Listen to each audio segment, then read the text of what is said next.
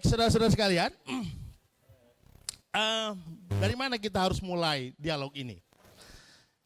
Ada Pak Lord. Pak Lord ini ya, dia mendeklar dirinya sebagai seorang mangkubu dan presiden tatanan dunia baru. Pemimpin, bukan presiden, lebih tinggi dari presiden. Pemimpin tatanan dunia baru yang belakangan ini di medsos sekali bicara Banten. Salah satu yang dikemukakan misalnya, kenapa seluruh seri mobil di Indonesia ini seri A-nya ada Banten? Karena Banten adalah pertama dan barometer juga inspirasi bagi Nusantara. Nah, dia akan cerita. Kedua, ada Pak Marinus. Pak Marinus ini tokoh muda, kelihatannya memang biasa-biasa saja, tetapi prestasinya di bidang politik luar biasa. Dia 2 periode menjadi anggota DPR RI dan suaranya konsisten di wilayah Tangerang Raya ini. Yang paling penting ini, Pak U. Saifuddin Nur. Pada generasinya lah, beliau ini tampil menjadi anak muda yang paling sukses di Banten waktu itu. Beliau lah anak muda Banten yang bisa keliling dunia, hampir seluruh negara di dunia sudah dia kunjungi untuk belajar. Dan prestasinya di berbagai bidang sudah dilalui, sangat menjadi number one. Diplomat muda, banker, pengusaha, kemudian juga di BUMN ya, di BUMN, dan sekarang dia lebih fokus sebagai profesional dan pengusaha. Nah, kita akan tanya nanti bagaimana prospek, tantangan Banten dan idealismenya seorang pemimpin ke depan Banten ini. Baik, saudara-saudara sekalian, mempersingkat waktu kita mulai saja dengan Pak Lord ya. Saya akan tanya. Jadi nanti semua peserta ini menjawab sesuai dengan pertanyaan saya. Lord Rangga ini saya bilang tadi selalu bilang Banten itu terdepan di dalam sejarah maupun di masa depan. Ditandai oleh huruf A dalam seri mobil itu, A itu nomor pertama. Kemudian ada banyak artefak dan seterusnya. Coba Lord jelaskan bagaimana sesungguhnya Banten bisa menjadi number one di dalam sejarah maupun kedepannya nanti. Dan seharusnya nanti pemimpin yang ideal di Banten itu seperti apa? Silakan Lord. Banten ini punya sejarah unik ya. Pada proses keberadaan Atlantik. Yang disebut tanah Atlantik itu tanah Pariangan. Tanah Pariangan itu sesungguhnya batas timurnya itu adalah ujung timurnya Brebes yang ditandai dengan lahirnya kerajaan Galuh Purba. Jadi kalau mau nanyain kerajaan pertama yang muncul di dunia sejak ada planet bumi itu ada di sana. Ada di Brebes Selatan. Wilayahnya ditandai dengan gunung, batas tonjong di sana, Tanjung. Dulu Pulau Jawa ujungnya di sana. Ya, ujungnya karena ada Gunung Slamet jadi nyambung dengan Pulau Jawa yang Jawa Timur ke sana. Lah, Brebes Ngulon makanya ditandai dengan bahasanya Sunda di sana. Brebes Selatan dari tengah sampai selatan itu Sunda. Menjorok ke sana ke barat, terus sampai Ciamis, kemudian Tasik, Garut, ya, kemudian menuju pada proses Bandung, Cianjur, sampai Sukabumi, Banten. Itulah tanah Atlantik. Kalau tanah Atlantik sekarang tugasnya adalah mengesahkan kepada proses keberadaan apapun yang ada di dunia dalam sistem pemerintahan, yaitu yang disebut sistemnya adalah piramida. Itu tidak berubah. Makanya piramida yang tertua ada di tanah Atlantik kita, yaitu di Cianjur. Ya, Gunung Padang. Kalau di sini orang menyebutnya adalah berundak ya, punden berundak. Itu bahasa sini. Kalau bahasa Inggrisnya ya piramida atau piramid. Kenapa susah banget diajak bahwa itu piramid tertua, sedangkan di Mesir adalah 3.000 tahun sebelum Masehi. Kalau di sini 35.000 tahun yang lalu, dalam artian sebelum Masehi. Berarti tua mana? Artinya Mesir itu adalah miniatur daripada sistem peradaban dan budaya dari kekuatan kita. Dong diajak bahwa itu Gunung Padang adalah piramida aja susah orang kita. Kenapa tidak dibuka itu pemerintah ini? Itu tugas DPR ini. Dibuka itu. Karena itu adalah mengandung sejarah bahwa sistem pemerintahan dalam sistem pemerintahan dimulai pada proses peradaban modern 35.000 tahun sebelum Masehi itu ada bukti. Sedangkan sekalipun Mesir mengatakan yang kuno, tetap aja piramidanya juga baru berumur 3.000 sebelum Masehi. Lah, peranan pada proses keberadaan tanah Jawa yang diwakili oleh tanah Pariangan dari Brebes hingga ke ujung Kulon sebagai tanah Atlantik, makanya sesuatu apapun yang dijadikan pada proses pengesahan di sini menjadi sah. Bahasa Jawa ataupun Sunda dibilang dilantik. Kalau jadi ketua DPR nggak dilantik ya nggak sah ya. Jadi dilantik, sampai vaksin terakhir pun dilantik di sini. Di Bandung. Bukan Bio Farma yang mengesahkan. Tempatnya numpang di sana, WHO mengesahkan vaksin dari 5 negara yang ditetapkan sebagai boleh memproduksi vaksin. Negara lain nggak boleh, nggak sopan, kata mereka. Jadi jangan mimpi negara berkembang memiliki vaksin. Tapi pengesahannya tetap harus di Bandung. Waktu itu dia ada jalan Pasteur. Itu satu bentuk bahwa Bandung sebagai pusat Atlantik. Ya. Kalau di dalam peta global bumi disebutnya daratan Atlantik. Kita punya daratan Atlantik. Makanya disebut tanah Kidulan. Lord, kaitannya dengan Banten, Lord. Yes. Nah, tanah Kidulan ini Banten memiliki dengan proses keberadaan yang paling dekat adalah setelah Cirebon menetapkan, ya kerajaan Cirebon dulu, menetapkan tanah Banten. Kemudian pada saat itu adalah anak ketiga dari Romo Sesar Hidayatullah Sunan Jati, yaitu Paman Hasanuddin, Raden Hasanuddin, menjadi sebagai kerajaan Banten saat itu. Ya.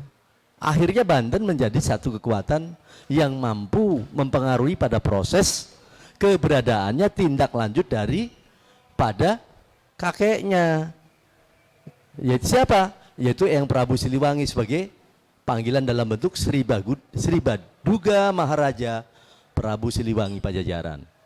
Bantenlah yang ditugaskan untuk membangun aset, ya, Bang Aset. Makanya namanya Swiss tuh. Surawisesa Siliwangi. Tadi disebut-sebut dengan ke Swiss, ya. Itu Bang Aset. Ya. Surawisesa Siliwangi itu dibentuk dari sini. Ya. Jadi jangan macam-macam negara-negara lain dengan kita di sini, ya. Makanya harus bangga dengan kondisi menjadi orang Indonesia. Ya. Ini tugas DPR juga, bagaimana mengangkat sejarah yang benar dan jujur. Ya kan? Kenapa nama Indonesia? Ini Sunda. Bahasanya OE-nya adalah ulama. Untuk rubah sejarah supaya Indonesia tidak ketahuan bahwa ini Sunda tanahnya, itu aja pakai bikin penyempurnaan EID lah dan sebagainya. Itu politis sebenarnya asalnya. Kebun raya disebutnya kebun raja, disebut kebun Jadi raya. Indonesia ini Sunda. Ini Sunda. Coba dihitung itu. Nggak kurang nggak lebih itu. Kalau kurang boleh minta 1 miliar sekarang, Lord. Itu hurufnya sama. Indonesia adalah dari kata ini Sunda. Tulisannya ini Swenda. Lah Sunda ini tadi, tanah Sunda itu diambil dari Sundaland. Sundaland itu global dunia.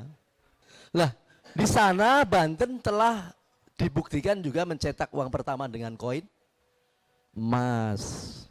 Siapa yang punya koin emas dari Banten yang dibuat? Nah, kalau nggak ada nanti tanya saya ada, ya. Jadi itu koin emas itu pertama kali dicetak, proses keberadaannya dari Banten. Jadi jenderal di sana juga Pencetak koin emas. koin uang emas, kerajaan emas pertama Itu dari dalam Banten. proses setelah adanya kesepakatan, ya kesepakatan dalam soal peminjaman atas emas, maka Banten mencetak koin emas. Oke, Lord, cukup sampai situ dulu ya. Iya. Jadi itu sudah menunjukkan indikasi Iya. sejarah bahwa Banten memiliki indikasi-indikasi yang memang punya peran penting dalam Yes. sejarah. Dan Banten adalah yang terpenting adalah sekarang pada proses keberadaannya peran besar membangun Imperial Force. Oke. Imperial Force itu makanya ditempatkan di sana dan Amerika ditetapkan karena kemerdekaan dari de jure tanah Banten untuk pertama kali Amerika merdeka, maka Amerika itulah disebut di sana adalah Paman Sam, Uncle Sam. Uncle itu paman, negeri paman. Samnya ada Sultan Abdul Mufakir. Itu terjadi benar. Dari Banten itu. Banten. Silakan aja dicerna ya oleh logika masing-masing. Kalau nggak ada di buku sejarah ya itu terserah Anda, salah baca berarti kan gitu. Oke, ini kita giliran Pak U. Saifuddin Nur. Beliau juga bukan hanya seorang banker terus diplomat lalu seorang entrepreneur, tapi juga orang yang kutu buku yang rajin mengkaji tentang sejarah Banten dan juga keilmuan-keilmuan yang di Banten. Bahkan dia pernah keliling ke Eropa Timur dan juga pernah mendapatkan dokumen dulu apa Pak? Dokumen Duta Besar Inggris di zaman kejayaan Banten.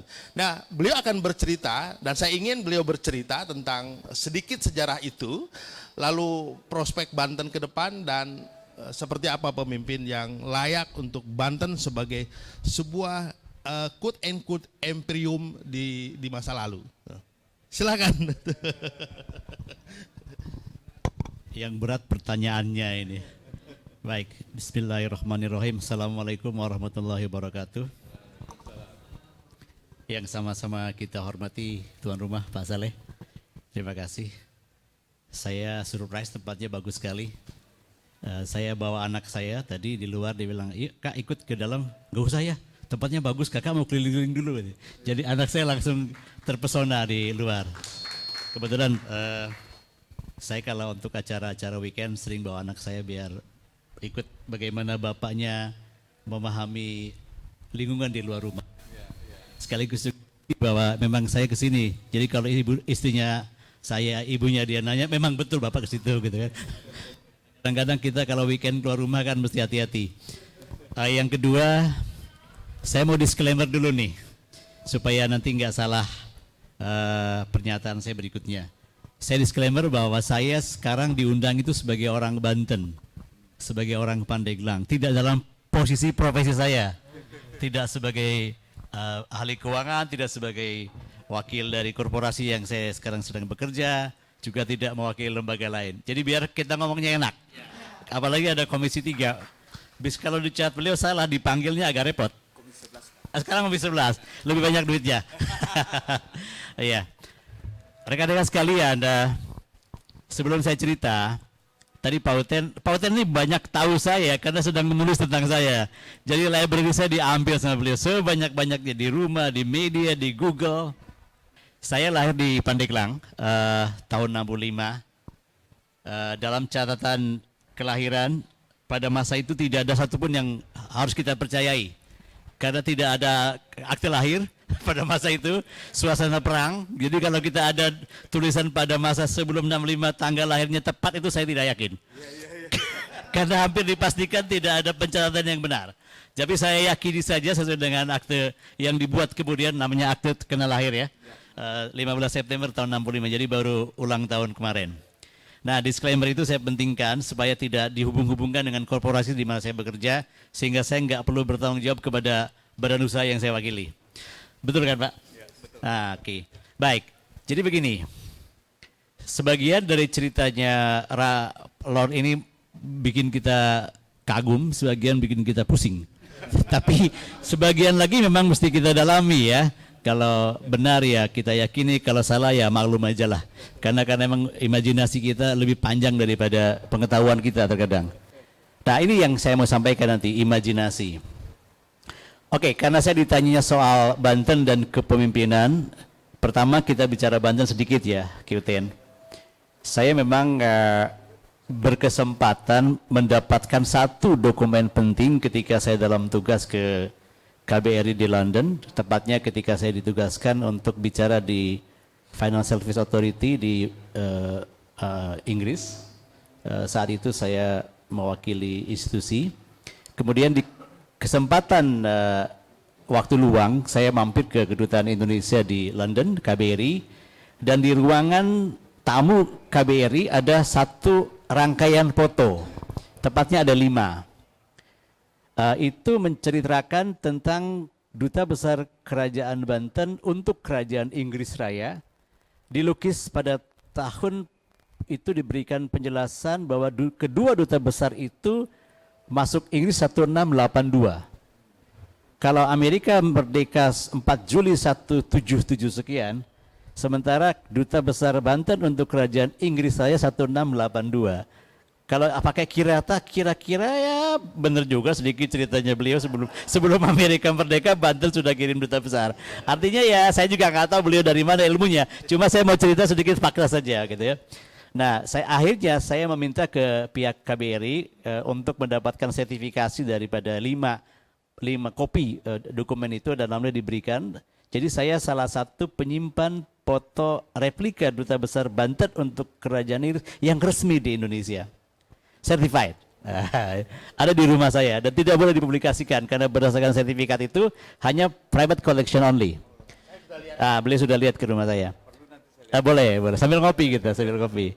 Oke, jadi kalau lihat sejarah memang Banten punya sejarah panjang dan diakui dunia di beberapa negara yang dikunjungi oleh para pedagang maupun utusan kerajaan sudah besar pada abad-abad ke-15 dan itu sangat besar pengaruhnya kepada pergerakan perdagangan dunia termasuk terorisme dan jalur sutra yang ada pada masa itu. Yang kedua, itu kenapa sih bisa? Kan begitu pertanyaannya. Dan apakah itu berpengaruh pada Banten hari dan ke depan? Sangat bisa menjadi kerajaan besar atau wilayah besar karena memang Banten pada posisi paling barat Pulau Jawa di mana ada Selat Sunda. Selat Sunda ini satu dari 6 selat besar dunia.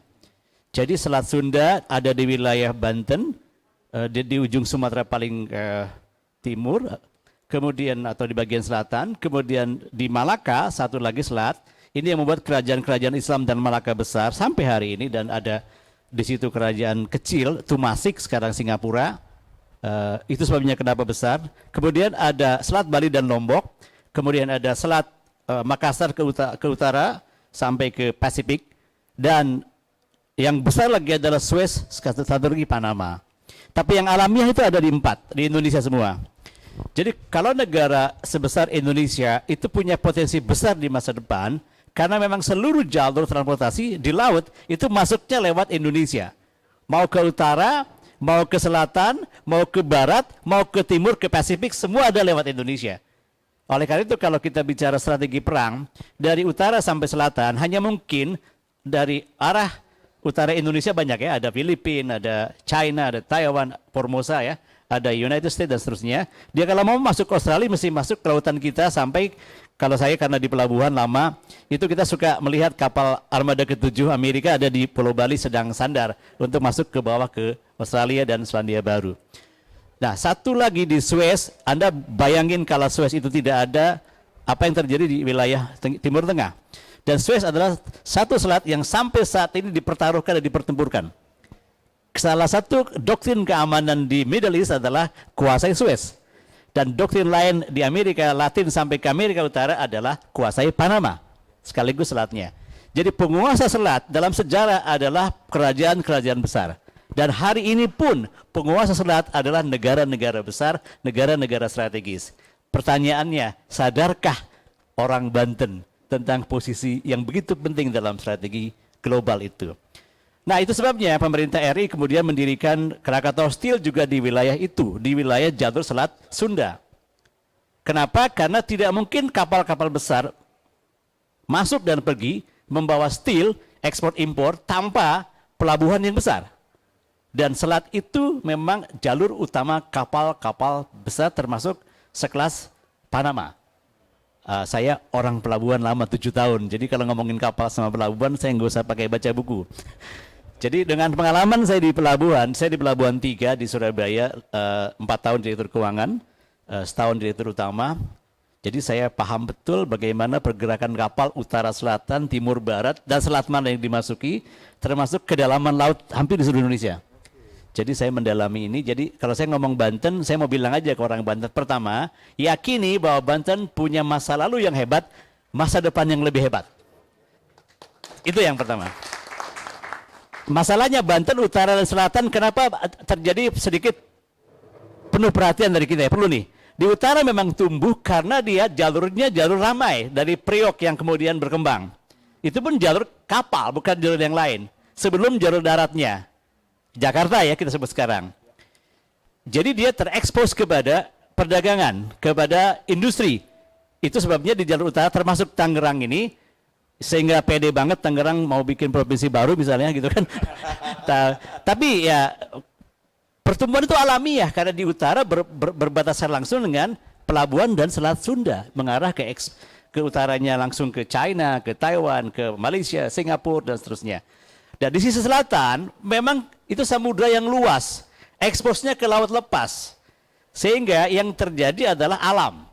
Nah, tapi tidak berarti tidak bisa maju, karena alam selalu memberi ruang bagi pertumbuhan sumber daya lain, obat-obatan, pariwisata, kemudian olahraga laut, dan kita juga ada Krakatau yang memang pada saat tertentu memberi dimensi sejarah tentang alam yang merusak sebagian besar dunia termasuk Banten. Tapi pada sisi lain adalah itu warisan besar untuk dikembangkan sebagai budaya dan turisme area. Sama juga dengan Ujung Kulon yang ada badaknya atau Baduy yang ada heritage lain. Jadi kalau kita melihat Banten, lihatnya sebagai alamnya dulu. Memberi janji apa dia kepada manusianya. Janji alamnya adalah, saya membayangin ya, kalau orang Banten bikin konsep tawaf mengelilingi Krakatau, dan itu yang berlayar adalah kapal-kapal besar, dan menjadi sailing terbesar dunia, Krakatau Sail, misalnya kan, Worldwide Krakatau Sailing, itu akan dicari oleh orang karena yang ingin dia ketahui bukan lautnya, tapi Krakataunya. Jadi ahli narasi ya, saya kikutin dia, ahli storyteller di Banten, mesti berpikir tentang bagaimana memanfaatkan alam besar di sekitar Krakatau untuk menjadi misalnya sentra pariwisata sailing terbesar. Baik dengan mengelilingi Krakatau dan anaknya, dan kita branding misalnya Worldwide Sailing Tour. Kapalnya dari mana? Selandia Baru, Amerika, Jepang. Tinggal orang Banten mau nggak? Nanti saya mau beli lah. Karena ini agak sedikit strategis gitu kan. Siapa tahu beliau menjadi gubernur kan gitu kan. Nah, kemudian yang kedua Ujung Kulon, satu-satunya makhluk tertua dan masih abadi, badak. Itu pun juga wisata dunia cari. Ada lagi Baduy. Siapa yang tidak kenal Baduy? Ikutin jagoannya. Itu pun juga heritage terbesar dari kebudayaan manusia. Nah itu Banten. Jadi kalau saya bicara Banten, saya bicaranya dalam tone yang sangat optimis. Sangat optimis. Dan saya tahu persis bagaimana memulainya itu. Untuk bisa membuat Banten Selatan dan sekitarnya tumbuh lebih cepat daripada sebelumnya. Sebagai ahli keuangan saya ngomongnya. Kalau tadi kan sebagai ahli pelabuhan ya. Sekarang saya ahli keuangan. Karena 20 tahun saya banker. Nah, jadi saya beda-beda ini. Tadi ahli pelabuhan, sekarang ngomong ahli keuangan. Nah, gitu kan. Tadi sempat sejarah. Gitu. Karena saya sempat di diplomatik area sekitar sekian tahun. Nah, sekarang kita bicara pemimpinnya ya. Saya sih sering baca tuh pemimpin tuh perlu punya visi, punya misi. Saya mau bilang batalin dulu konsep itu. Yang pertama, kalau mau nyari pemimpin adalah manusia kan. Manusia itu yang paling penting adalah kemampuannya menyerap informasi. Kalau dia enggak mampu menyerap informasi yang tumbuh begitu cepat daripada sekolahannya, susah jadi pemimpin baru. Karena informasi memberi data. Data tentang tadi, pulau, laut, tanah, sumber daya, dan informasi baru bisa menjadi data kalau knowledge kita cukup kuat. Ini kita bicara pendidikan. Artinya harus ada bekal pendidikan yang cukup dari seorang pemimpin untuk memahami informasi dan data sehingga dia menjadi sumber daya. ya kan? Yang kedua, setelah itu semua informasi, knowledge, dan data, sikap. Anda bisa bayangin kalau orang kurang informasi, kurang knowledge, tidak paham data. Pasti sikapnya enggak jelas. Nah, Anda bisa bayangin kalau pemimpin yang lahir tidak jelas. Misalnya kan gitu. Jadi sikap, berperilaku, itu tergantung etik, knowledge, ya kan? Yang jelas maunya doang. Oke. Yang ketiga adalah skill atau keterampilan dia mengelola informasi, knowledge, dan mengelola sikapnya ketika berhadapan pada berbagai macam challenges atau tantangan, karena memang pemimpin berada pada lingkungan yang berbeda-beda. Nah, yang keempat setelah skill sebetulnya adalah imajinasi. Anda bayangin ketika membaca visi misi yang dibuatkan oleh konsultan, hafal dia kan, visinya ini, misinya ini, cek visualnya apa di benak beliau, di benak sang pemimpin. Kata indah saja bagi seorang seniman itu bisa berbeda hasilnya ketika divisualkan. Saya bayangkan gerbang yang indah bagi anak sekolah SD, bagi anak ITB, bagi anak seniman itu pasti beda. Kalau anak SD atau sekolahnya hanya sekitar di kampung-kampungnya, gerbang yang indah adalah seperti gerbang 17-an. Sudah indah buat dia, betul nggak? Sehingga hampir setiap 17 Agustus gerbangnya sama di seluruh Banten. Merah putih, bambu begitu. Coba kita bayangin gerbang yang dibikin oleh pemimpin yang pernah lihat Champs-Élysées di Perancis. Dia pasti akan bikin gerbang yang indah itu seperti Champs-Élysées. Makanya ada di Jawa Tengah kota yang mirip itu kan gerbangnya kan? Nah, imajinasi. Artinya begini, kalau saya ditanya pemimpin apa yang dibutuhkan oleh Banten ke depan, salah satunya pemimpin yang bisa berimajinasi tentang apa yang disebut visi dan misi, dan dia visualkan. Kalau tidak, nanti yang jadi kemajuan itu ya adalah seperti bikin bangunan mirip Jepang, bikin bangunan mirip ini, semuanya mirip-mirip yang pernah dia lihat. Di dalam ilmu perencanaan, saya harus bicara sebagai intelektual sekarang. Karena saya sekolahan ambil di Delft University, ambil Port Management dan Marine Business di Delft, di Belanda. Kemudian saya ambil bisnis di INSEAD Business School di Perancis, di Fontainebleau. Jadi saya mesti ngomong sebagai ahli ekonomi dan sekarang ahli perencanaan. Tadi kan agak aneh ya. Nah, jadi kalau perencanaan yang baik itu adalah produk dari workshop of mind. Pergulatan pemikiran akibat informasi, knowledge, yang dia lihat, yang dia dengar, yang dia ceritakan kepada orang lain dan sebaliknya mendapat feedback.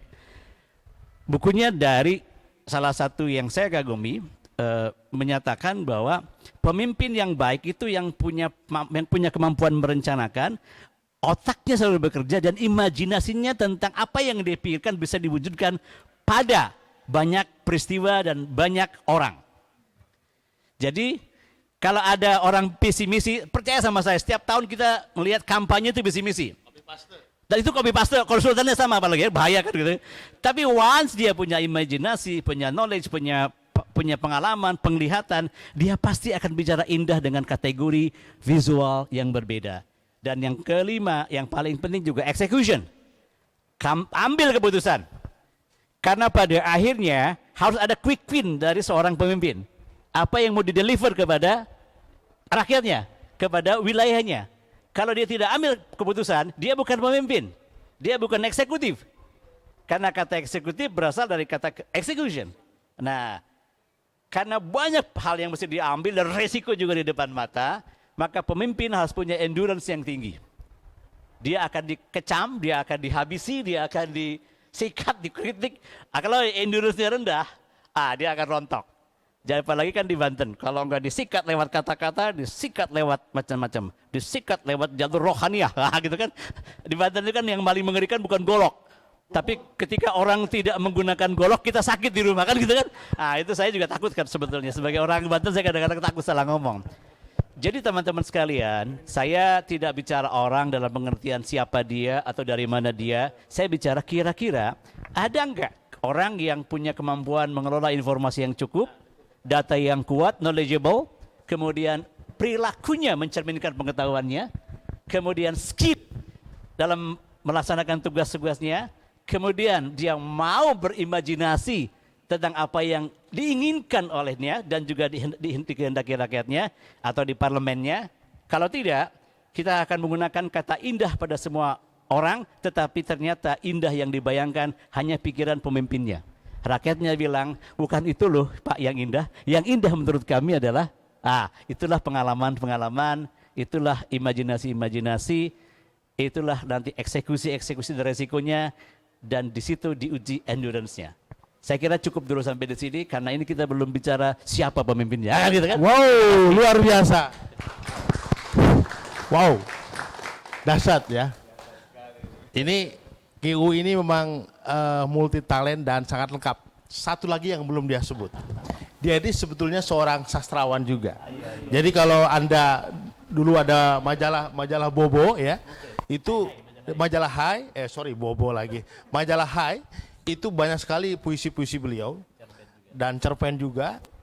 Dan dia bersahabat dengan para sastrawan tingkat nasional di zaman itu, dan di SMP SMA dia pernah menjadi guru sastra juga untuk teman-teman siswa. Nah, kira-kira gitu. Jadi wajar kalau narasinya tadi sangat ngalir dan menyenangkan kita mendengarkannya. Terima kasih Pak O ya, luar biasa. Tepuk tangan buat Pak O. Saya memanggilnya Kang UU atau KUU ya. Baik, kita bergeser ke Pak Marinus ini. Pak Marinus ini anggota DPR RI, Komisi 3 di Jakarta ya kantornya. 11 sekarang Kak. Oh 11? 11 sekarang Kak. Komisi 11 ya. Nah kita pengen tahu nih, beliau ini kan di Tangerang Raya, pasti banyak jalan-jalan ke pelosok-pelosok Tangerang dan Banten ya gitu. Ada apa potensi besar di Banten ini dan aspirasi masyarakat di bawah itu menginginkan Banten itu seperti apa ke depan? Apakah nanti Pak Marinus juga pengen jadi calon gubernur? Ya kita dengarkan ya. Silakan. Baik, terima kasih. Assalamualaikum warahmatullahi wabarakatuh. Ya, yang saya hormati Pak Haji Soleh ini. Walaupun tadi beliau mengatakan saya tidak di sini, tapi sebenarnya saya sangat junior sekali ya, karena Pak Rano itu kan satu komisi dulu sama saya di Komisi 3, ya kami sama-sama dan kemudian 2021 saya ke Komisi 11, ya juga Lord Rangga ini. Waktu booming berita Lord Rangga itu luar biasa dan jejak digitalnya masih ada, dahsyat sekali ya. Dan itu bisa menggugah negara, menggugah Indonesia gitu ya. Bahwa lahir seorang Lord Rangga di Brebes ya, yang mampu mengklaim ya waktu itu ya dalam prosesnya. Dan saya senang sekali bisa ketemu, baru pertama kali saya ketemu di sini. Ternyata masih awet muda ya Lord Rangga ya, luar biasa. Iya, Kang Saifuddin, terima kasih ya. Ini Kang UU ini baru ketemu juga di sini. Tapi saya pernah dengar cerita Kang UU dari Kang Uten, karena Kang Uten ini ya beliau memang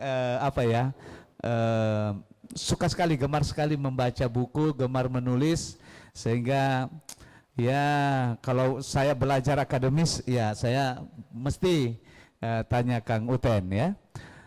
Saya senang sekali bisa ketemu ya hari ini dan juga teman-teman sekalian yang hadir di tempat ini bersama dengan Kang Oji dari Sultan TV. Wah, luar biasa. Kang Uten, ini pertanyaannya sebenarnya ya, saya sudah siapkan sebenarnya materinya gitu. Saya kira ini perlu saya mempersiapkan diri, ternyata berubah gitu ya. Jadi, tapi setidaknya saya bisa menampilkan gambar saya begitu ya. Nah, pertanyaannya tadi potensi apa? Ini kan sebenarnya Banten ini penyangga ibu kota, ya. Apa yang dimiliki oleh ibu kota akan pasti dimiliki oleh Banten. Kemajuan ibu kota negara Jakarta itu, ini Banten memberikan sumbangan yang sangat besar, ya sumbangsi yang sangat besar, Ya antara lain bandara internasional kita ada di sini, gitu. Potensinya sangat luar biasa. Kemudian pembangunan-pembangunan untuk mendukung semua aktivitas di Jakarta, di ibu kota, semua ada di Banten. Dan kita lihat proses pembangunan itu terus berjalan di Provinsi Banten. Potensinya selain tadi yang sudah disampaikan oleh Kang UU, bahwa potensi pariwisata itu sebenarnya yang ketika dibangkitkan ini akan langsung melejit dengan narasi yang bagus tapi ya narasi yang bagus. Narasi yang bagus tadi mengungkap sejarah ya termasuk bolehlah ini Sunda gitu ya. Ya gitu. Nah ini penting buat kita semua. Nah, tapi memang saya sangat setuju tadi apa yang sudah diungkap oleh Kang UU. Saya langsung aja soal pemimpin Banten ini. Dari perspektif politik sebenarnya ya, itu pasti kontra dengan apa yang sangat ideal yang disampaikan. Karena saya orang keuangan juga Kang. Jadi kalau orang keuangan itu sangat komprehensif dan sangat dalam ketika melakukan perencanaan untuk menuju pengambilan keputusan yang sangat baik ya. Karena semuanya kan berputar akan soal sumber daya tadi. Sumber daya itu termasuk bagaimana mengelola uangnya, ya kan? Menghasilkan uangnya dan mengelola uangnya untuk kemakmuran rakyat, ya. Tapi dari perspektif politik ini pasti akan kontra. Kenapa? Karena sistem demokrasinya yang masih belum dipahami secara merata oleh kita semua anak-anak bangsa, termasuk di Banten. Nah, dalam sistem demokrasi itu menunjukkan idealisme yang tadi disampaikan oleh Kang UU ini tidak bisa kita temukan. Itu fakta, ya. Tapi bagaimana seorang yang mau jadi pemimpin di Banten ini, dia harus mampu mengelola, ya, mengelola perasaan orang, mengelola komunitas, mengelola partai politik dan juga mengelola dirinya. Sehingga apa yang muncul bukan pemimpin, tapi calon penguasa. Iya kan? Karena ini kan untuk mencari kekuasaan. Dalam teori kan definisi politik itu apa sih? Ya, sarana untuk mencari kekuasaan. Tapi itu sampai di situ, harusnya disambung untuk kemakmuran rakyat. Kan gitu. Itu Kang Uten, ya. Nah, proses ini kita melihat 22 tahun Banten sudah berumur ya menjadi sebuah provinsi. Dalam 22 tahun ini kita lihat perubahan-perubahan, ada perubahan yang terjadi, tapi tidak seideal seperti pemimpin yang mungkin kita bisa lahirkan dalam konsep ideal seperti yang disampaikan tadi oleh Kang UU, gitu Kang Ten. Ya, karena apa? Potensinya sudah ada, tapi tidak bisa dikelola. Kenapa? Ya, lebih dominan memikirkan bagaimana mempertahankan posisinya, lebih dominan mempertahankan sebagai raja, lebih dominan mempertahankan kekuasaannya untuk kemakmuran, bukan kemakmuran siapa-siapa. Loh, faktanya begitu, ya kan begitu ya. Karena ini kan siklus ya. Ketika dia sudah berkuasa, dia harus merencanakan kembali bagaimana berkuasa berikutnya. Dia mengelola sumber daya yang ada untuk memperkuat pengambilan kekuasaan berikutnya. Kan itu persoalan. Jadi kapan mikirin rakyatnya? Energi habis. Ya energi nggak ada lagi, ya kan? Yang terjadi adalah memberikan iming-iming kepada masyarakat, ya kan? Memberikan sesuatu yang dibutuhkan sesaat oleh masyarakat, ya kan gitu ya, bantuan, kemudian sumbang sana sini, kemudian bangun ini bangun itu. Tapi semua yang sudah menyadari ini, ya mari kita harus tampil karena memang kan mekanisme demokrasi kita, sistem demokrasi kita mewajibkan kita untuk begitu, Kang Uten. Ya, jadi jangan ada ketakutan. Persoalannya sekarang memang sistemnya kan memberi kita ketakutan juga nih.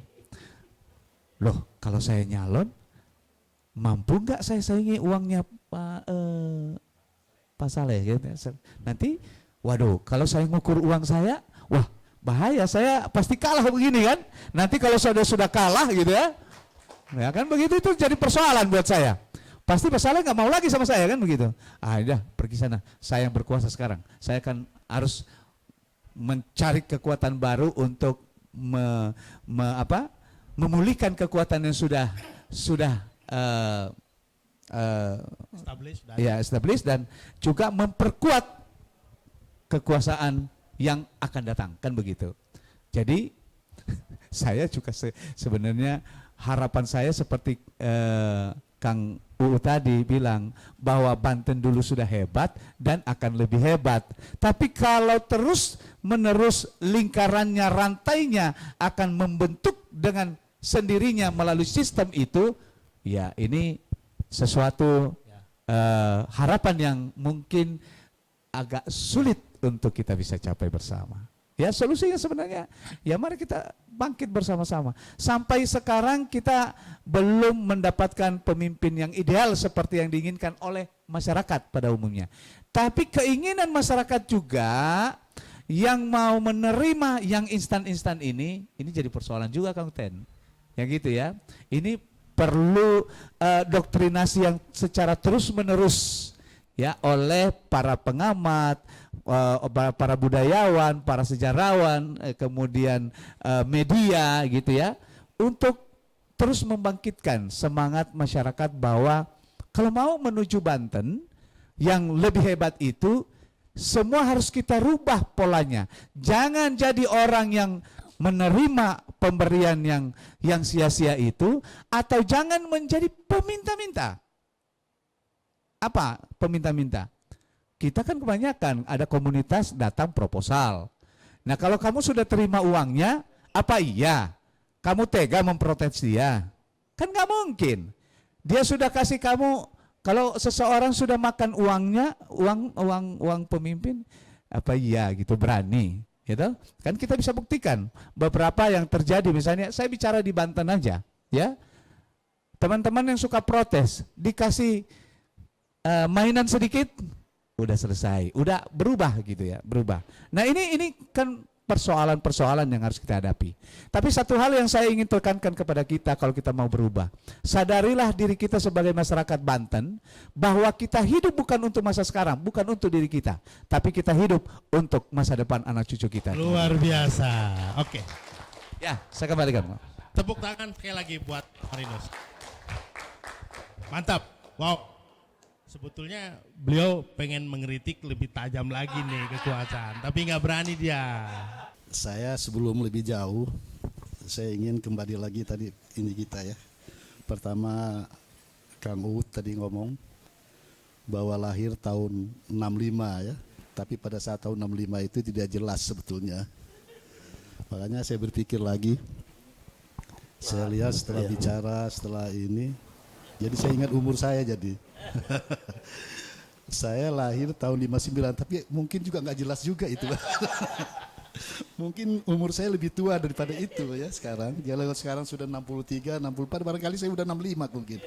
Kalau saya lihat tadi dari ekspresi, apalagi Lot, ekspresinya, Kang itu Marinus juga ekspresinya, ini masih muda-muda semua, jadi saya minder jadinya. Sudah tua ternyata. Saya kira begini, judul kita hari ini bahwa kita cari calon-calon pemimpin.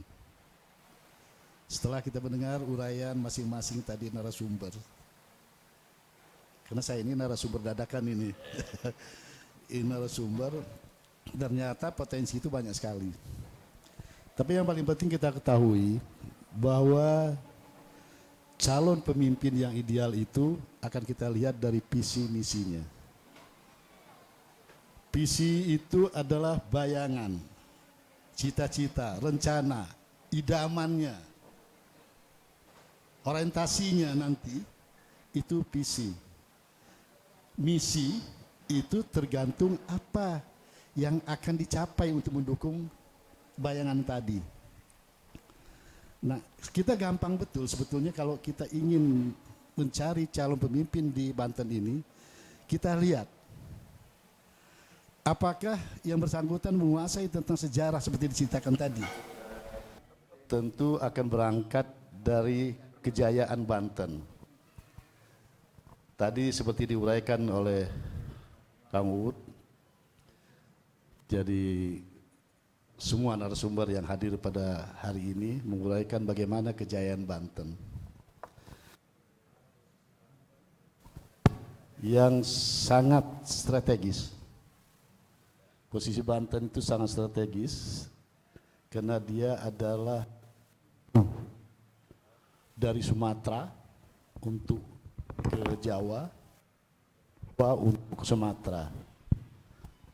Sehingga kita cari calon pemimpin-pemimpin yang punya visi, yang punya bayangan, dia bisa membayangkan mengimajinasi apa yang harus dikerjakan itu. Tentu misinya dari hasil kajian-kajiannya.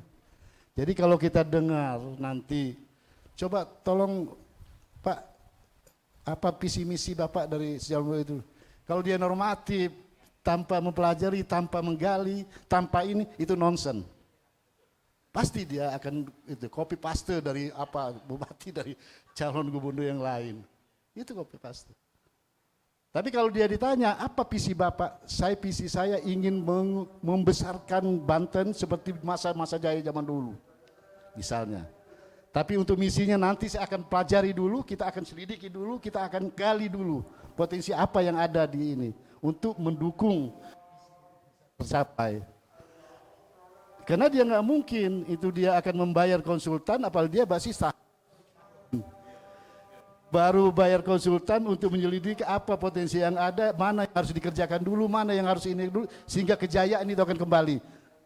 Dia setelah dia jadi baru, Pak Jokowi, saya sering bilang, yang namanya gubernur, calon kepala daerah, calon presiden itu nggak ada sekolahnya. Nggak ada sekolahnya. Kalau camat masih ada sekolahnya, APDN. Sehingga ada tahapan-tahapan misi yang harus dijalankan dalam rangka untuk mendukung itu. Itu saya kira Pak. Ya. Jadi nonsen kalau hanya ngomong, visi saya ini Pak, pokoknya ini saya ini, pokoknya ini jadi hebat. Tapi dia nggak ngerti apa yang dimaksud hebat. Apa yang harus dikerjakan, itu kan. Nah inilah, karena kita ini sama-sama, saya bilang tadi nggak ada sekolahnya, tapi tergantung niatnya. Innamal amalu biniati. Orang sejarah pemimpin itu harus tertanam di dalam hatinya. Innamal amalu biniati, karena memang segantung pada niatnya. Kalau dia memang membahagiakan, membawa kemaslahatan di posisi Banten, tentu dia akan mempelajari sejarah daripada itu sendiri dan akan berkorban untuk ini. Tuh. Jadi saya sering Kang Uud bicara dengan teman-teman, kalau kita di politik ini, kalau korban uang itu wajar-wajar, ya kalau kita mau dapat haji di Mekah itu kita kan harus bayar. Padahal kita itu mau ibadah yang diinikan oleh Allah dan kita harus punya duit. Nah kalau kita ingin ibadah untuk mengemban, untuk memajukan masyarakat, untuk berbuat untuk anak kita, anak ini kita, ya tentu kita wajar. Jadi kalau nggak pakai duit, ya jangan mimpi juga, ya kan? Mau dipanggil haji tapi nggak punya duit, gimana kan gitu? Saya kira itu, Pak Uten. Saya garis bawah itu apa yang menjadi pembicaraan kita hari ini. Siap, luar biasa. Tepuk tangan dulu buat Pak Soleh. Ini semua pembicara ini hebat sekali dalam menarasikan konsepsi kepemimpinan dan masa depan Banten. Tapi bagaimana bro, sistem politik nih bro, praktek politiknya gimana nih, partai politik kerjanya gimana gitu kan. Ini sesuatu yang menjadi problem besar kita, agenda besar kita untuk bagaimana mensinergikan antara gagasan-gagasan idealis dan murni dengan praktek dan sistem politik yang membungkusnya di dalam proses pemilihan kepemimpinan. Ini problem besar kita. Oke, saya beralih ke peserta sekarang ya. Assalamualaikum warahmatullahi wabarakatuh. Nama saya Ujun Nur Arif. Banyak orang menuduh saya orang wartawan, padahal saya nggak punya media. Sebenarnya bukan pertanyaan yang ingin saya sampaikan, tapi komentar yang terhadap pernyataan-pernyataan 4 narasumber. Karena kalau pertanyaan kan saya pikir konsep mereka sudah sangat bagus, tapi ada beberapa hal yang saya ingin tanyakan. Pertama, prolog saya adalah Banten ini hebat. Ya kan? Banten adalah provinsi yang pusat pemerintahan. Itu Banten. Belum ada pemerintahan yang lain. Itu kemudian yang mengikuti. Berarti Banten hebat. Di zaman Rano Karno, Banten sudah mempunyai infrastruktur jalan mantap. 80% lebih. Lalu dituntaskan di zaman WH. Lalu di zaman WH kita punya jembatan keren. Jembatan, saya tetap nyebutnya Bogeg. Yang kedua kita punya stadion kelas nasional internasional. Bangunannya saja 950, hampir 1 triliun. Apalagi dengan isinya. Artinya kejayaan Banten sudah dicapai, Pak. Kita sudah hebat. Kita sudah hebat. Cuman persoalannya satu. Tiba-tiba sekarang sudah ramai lagi. Ternyata kita ini nggak bahagia, Pak. Paling buncit. Kita ini nggak bahagia loh. Padahal kita punya stadion internasional, kita punya jalan mantap, kita punya berapa rumah sakit sekarang. Tapi kita nggak bahagia. Jadi kita sendiri sudah salah orientasi. Kita berorientasi kepada kejayaan Kesultanan Banten. Iya betul, hebat. Kekayaannya luar biasa. Di Eropa sampai ada istilah, kalau ada bangsawan, pesta tiap hari, tukang kawin, duitnya nggak habis-habis, disebutnya raja dari Banten. Tapi coba Bapak lihat saat gambar-gambar ulang tahun Sultan Ageng, disunatnya Sultan Ageng Tirtayasa. Masyarakatnya nggak pakai baju. Bahkan tetenya kemana-mana. Apa bedanya dengan Provinsi Banten sekarang? Kita sudah hebat loh. Realisasi PAD kita 5 besar loh. Di saat COVID semua orang jatuh, PAD-nya cuma 40-60%. Kita bertahan di 88%. Gak hebat Banten? Hebat. Sudah sama dengan Kesultanan Banten. Sudah sampai ke masyarakatnya sama, nggak kebagian. Habis oleh para priayi dan bangsawan. Jadi kalau kita terus berorientasi kepada Kesultanan Banten, kita sudah tercapai, Pak. Apalagi yang mau dicapai? Gubernurnya biar tambah kaya, para PNS-nya biar tambah kaya. Kan itu yang terjadi di Kesultanan Banten. Yang tidak terjadi cuma saling bunuh aja, Pak. Tadi saya lihat misalnya Lord Rangga menceritakan suatu, saya anggap mitos. Beberapa tadi menyebut sejarah, lalu kita tertawa berbahagia. Yang paling banyak tertawa pada Lord Rangga menyampaikan berbahagia. Sebetulnya Lord Rangga itulah memberikan kebahagiaan ketimbang konsepsi yang lain. Tapi betulkah yang kita tertawakan itu adalah kesalahan Lord Rangga? Tidak, Pak.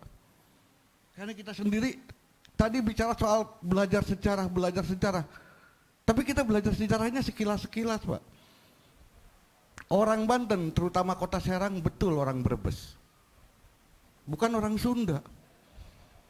Kalau Bapak nggak percaya, silahkan cari di buku Claude Goliot. Abad 4, di saat Gunung Krakatau meletus, Empu Sendok memindahkan kerajaannya ke timur. Dan sebuah kerajaan vasal di Brebes itu memindahkan ke Banten Girang. Jadi kota Serang itu penduduk aslinya orang Brebes. Makanya bahasanya berbeda dengan sekelilingnya yang Sunda. Lalu orang Brebes itu kemudian mengundang orang-orang Cina. Nyambung nih ya dengan Nyambung, Pak. Di abad 7 di kota Serang itu sudah ada perkampungan Cina. Makanya orang Cina itu di Banten, di kota Serang paling tidak, itu pribumi Pak, ketimbang saya gitu loh. Tapi pribumi sendiri gak bisa pegang kota Serang, seolah-olah dia pendatang dan asing. Itu satu Pak, jadi kita tertawa sebetulnya karena kita nggak tahu apa yang disampaikan Lord Rangga itu ada benang merahnya. Lalu kita tertawa soal Uncle Sam, Sultan Abdul Mufakir. Kita bingung mana hubungannya orang Kesultanan Banten dengan Amerika. Pak, bukan cuman Belanda yang punya maskapai perdagangan VOC. Banten juga punya Pak. Yang dipimpin oleh Syekh Bandar Tan Seko apa namanya, atau Katsu kalau tidak salah namanya. Cina Pak itu Pak. Katsu ini jaringan mafia perdagangnya, maskapai perdagangannya itu ke Filipina. Kurang lebih di Manado. Dari Filipina, di Sulawesi, di Manado. Lalu Filipina dan Formosa. Makanya Bapak kalau buka sejarah Formosa, di Formosa itu ada bekas benteng Banten di situ. Yang sekarang jadi namanya Taiwan.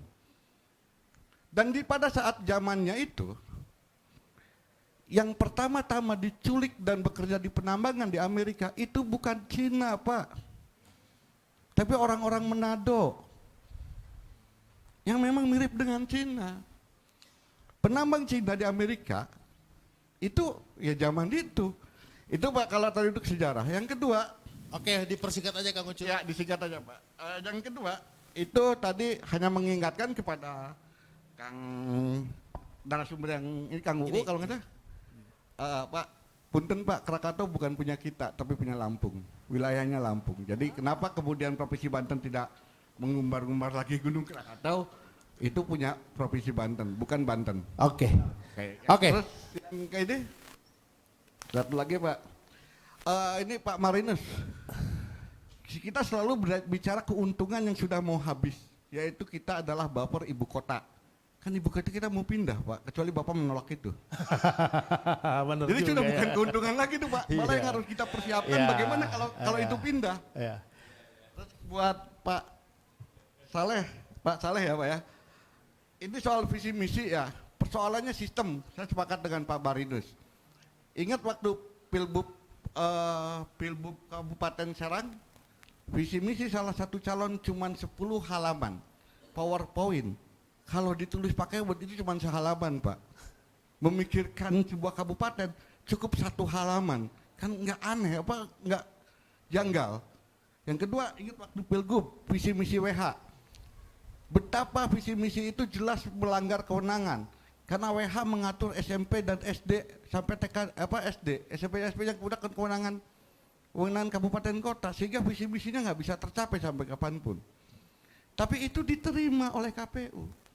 Dan KPU sendiri menganggap visi misi itu hanya tambahan buat ganjel pintu. Administrasi ya. Iya. Kesannya. Ya. Oke Gitu, Kang terima Ucu kasih. ya. Kang Ucu ini aktivis di Serang yang kemarin bilang ke saya ingin melamar Lord Rangga jadi calon gubernur dengan tagline menuju Banten bahagia. Kira-kira begitu.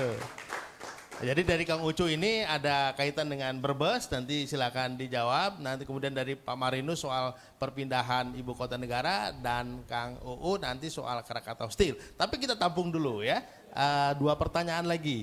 Ini yang tengah nih, Pak Mehmet atau Kang Denny ini yang ngunjuk duluan, silakan. Kang Mehmet duluan, silakan Kang Mehdi. Pak Mehdi ini tokoh muda di Banten ini, selalu di semua organisasi dia ada. Kita lihat coba pertanyaannya bagus gak? Coba. Terima kasih. Assalamualaikum warahmatullahi wabarakatuh. Salam sejahtera untuk kita semua. Om Swastiastu, Namo Buddhaya, salam kebajikan. Saya ingin memancing gagasan besar apa yang ingin diajukan untuk bagaimana memimpin Banten. Dan saya pikir abang kita ini Bang layak untuk salah satu calon pemimpin Provinsi Banten. Tepuk tangan untuk beliau. Yang kedua, di sini ada politisi yang muda, saya yakin Ganteng dong, bilang ganteng dong. Beliau juga ini, saya pikir ini juga momentum yang baik kritik tadi yang lumayan tajam, saya pikir ini juga jangan kritiknya saja, tetapi juga bagaimana tindakan nyatanya untuk membangun dan punya peran di Provinsi Banten. Saya pikir juga beliau juga layak salah satu untuk kandidat calon Gubernur Banten atau pemimpin Banten masa depan. Dua itu saya pikir kalau Rangga nanti mungkin diskusinya bikin kita bahagia aja. Saya yakin pemikiran-pemikiran beliau soal sejarah dan lain sebagainya sangat menarik buat kita. Dan Pak Soleh sekali lagi terima kasih. Saya hanya bertanya ke dua orang apa visi besarnya. Terima kasih. Assalamualaikum warahmatullahi wabarakatuh. Waalaikumsalam. Kata narasumber dua aja dulu kita jawab. Oke, silahkan siapa dulu ya kan? Pak Lodrangga dulu kali ya. Lodrangga ini harus ini nih, harus bisa membahagiakan nih jawabannya nih. Jadi dari di sini dan seterusnya ya, Brebes dan Banten. Nah, ini menarik. Oke, silakan. Terima kasih.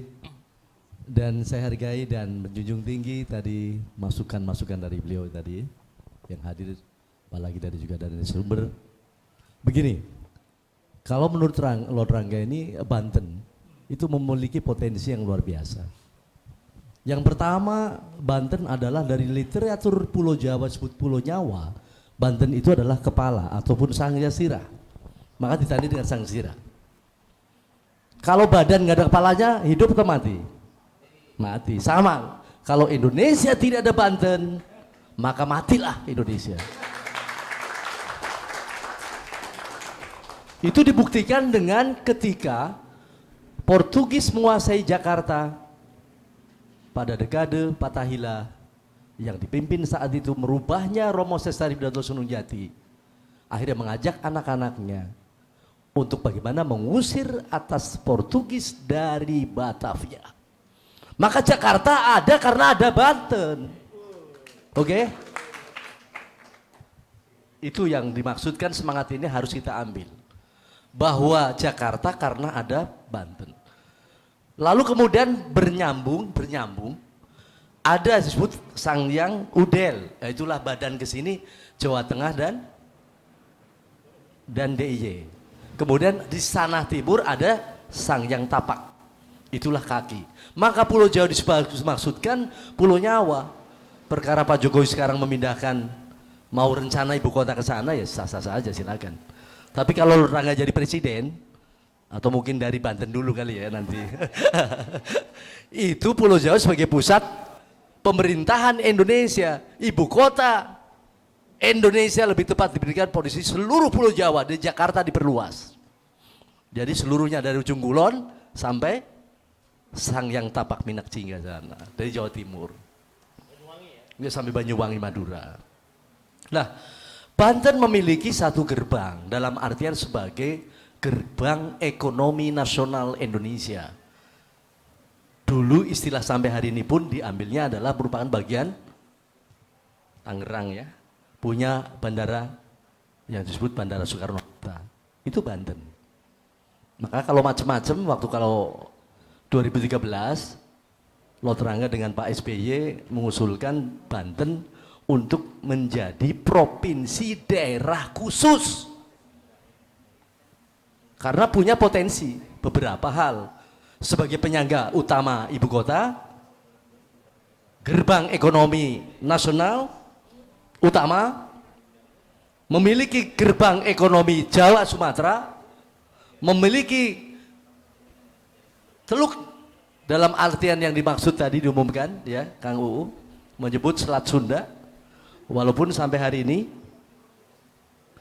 Selat Sunda Kang DPR mungkin ini kritik sedikit. Selat Sunda itu punya Banten dan punya Indonesia lah ya dalam hal ini, yang ada di Banten dan antara Banten dengan Lampung karena dulu satu. Ya.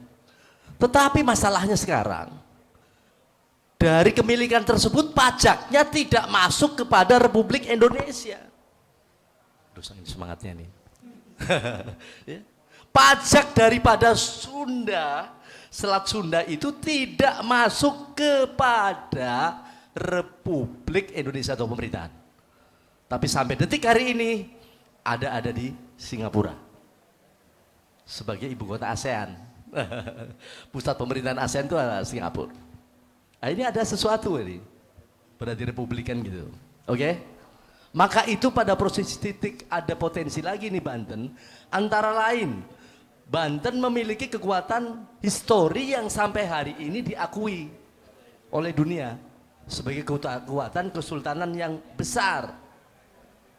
Maka punya aset, baik aset di sisi tanah sekarang juga aset dulu ada aset emas.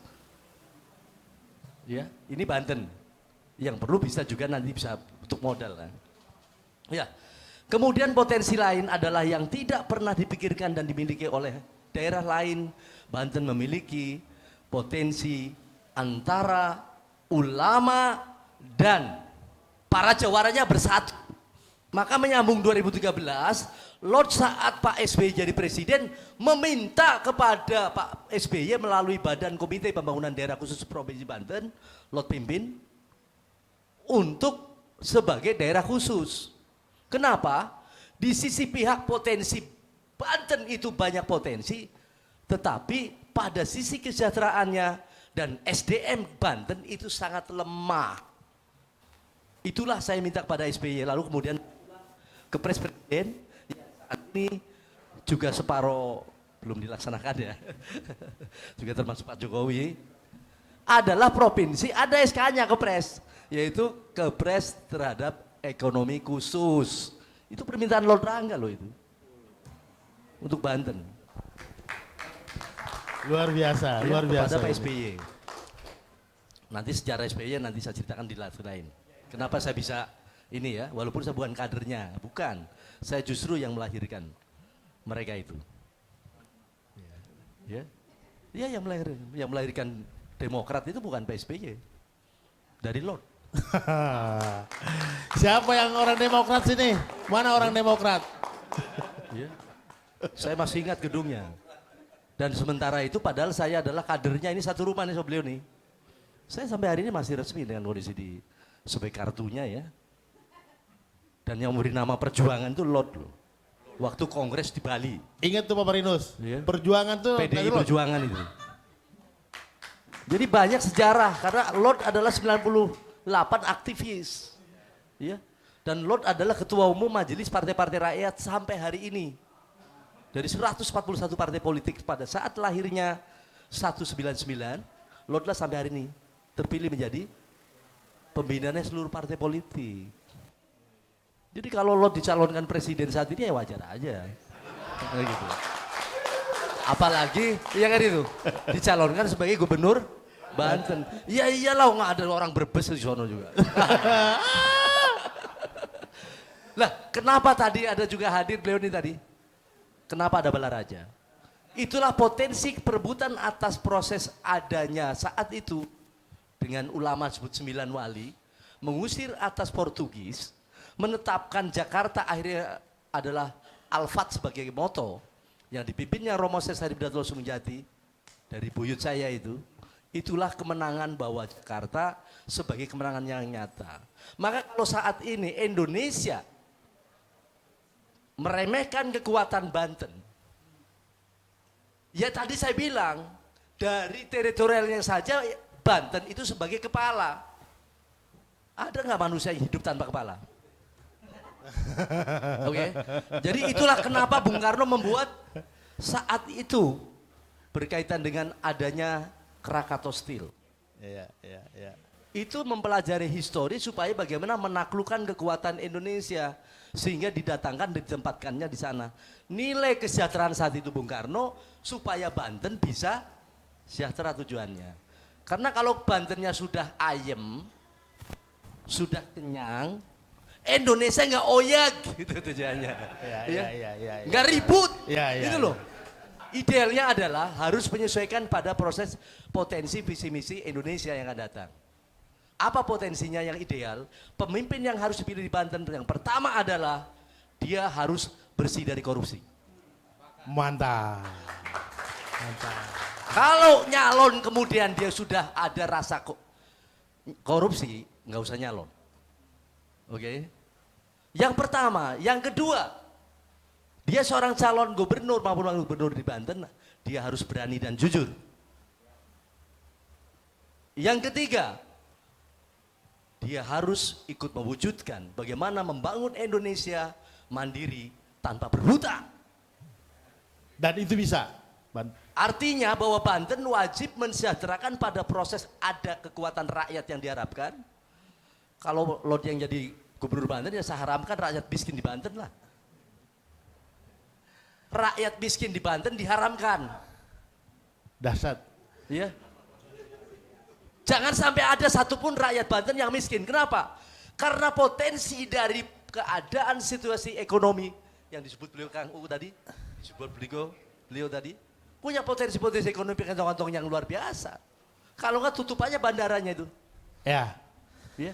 Itu tadi. Kemudian tadi yang belum masuk adalah tadi. Dari 3.000 kapal besar yang lewat di Selat Sunda sampai hari ini. Pajaknya. Tidak masuk pajaknya. Ya, terus belum lagi yang lain-lain ya. Potensi wisatanya, potensi minyak dan gas dan lain-lain. Potensi batu permatanya dan sebagainya. Emasnya. Kenapa kok harus ada cerita miskin lagi? Ya. Sampaikan bahwa Banten saat ini 2024 yang bagi siapapun gubernurnya haram untuk rakyat yang miskin. Tepuk tangan buat Lord. Tepuk tangan. Luar biasa. Terima kasih ngapurannya.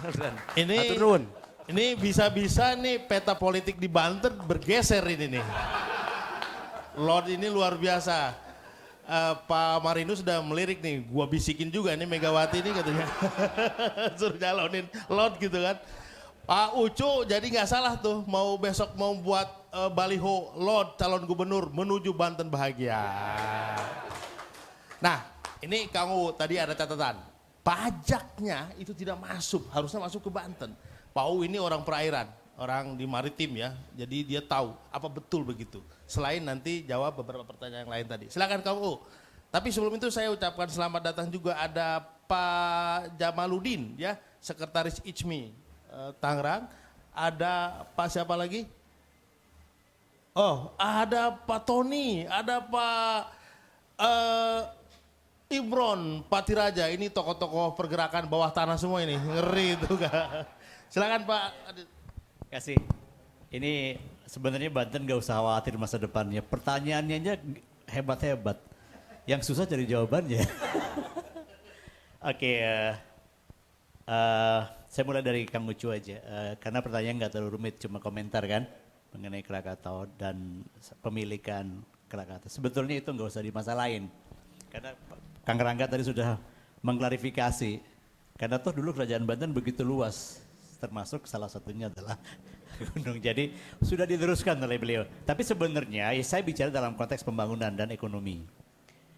Kan saya tadi sampaikan bahwa kalau kita punya cukup informasi, kita punya cukup data, maka kita punya cukup pengetahuan tentang sumber daya yang ada di sekitar kita.